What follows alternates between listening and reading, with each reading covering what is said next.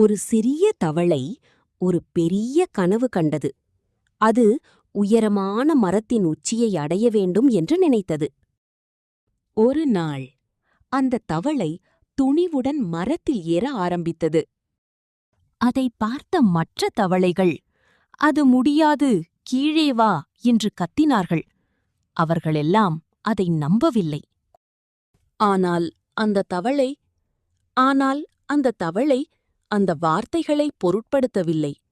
சோர்வாக இருந்தாலும் தன் மீது நம்பிக்கை வைத்து மீண்டும் மீண்டும் முயற்சி செய்தது.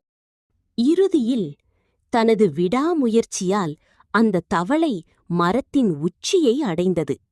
வெற்றியும் பெற்றது. அது எப்படி சாத்தியமானது தெரியுமா? அந்த தவளை காது கேளாதது.